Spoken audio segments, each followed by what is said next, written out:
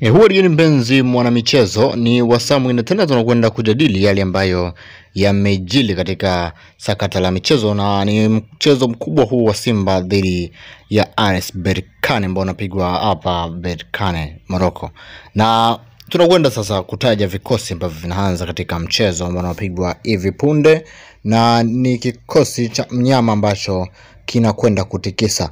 Baada ya kile kikosi cha Berkane tunakwenda kutaja kikosi cha mnyama ili tuweze kupeana mani kuhusiana na timu yetu pendwa ya Simba Sport. Lakini kama ndo mara ya kwanza basi unafika katika channel hii, usisahau kusubscribe kwa kuwa wewe ni mshirika wetu namba 1 na inabidi tukupe taarifa za uhakika na za mapema mno kuhusiana na kikosi chetu bora cha Simba Sport.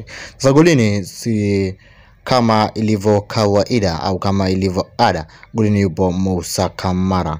Eneo la namba 2 si mwingine tena ni Shomari Kapombe. Namba 3 mtoto wetu Zimbwe Junior. Namba 4 anacheza Abrazak Hamza. Namba 5 ni Chemaron Fondo.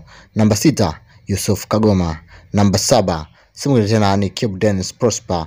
Namba 8 ni Ngoma. Namba 9 leo anaanza Steve Dese Mukwara, na namba 10 ni Awa, namba 11 ni Elia Mwana wa Mpanzo. Hicho ndio kikosi cha Simba ambacho kinaanza siku ya leo. Unakipa asilimia ngapi katika mchezo wa leo? Simba anakwenda kupata ushindi au anakwenda kuangukia pua? Lakini kikubwa ambacho tunakitafuta siku ya leo, si lazima kupata ushindi wa asilimia 100, lakini kikubwa ni kutoka na matokeo ambayo tunaweza kuyapindua tukifika pale Dar es Salaam.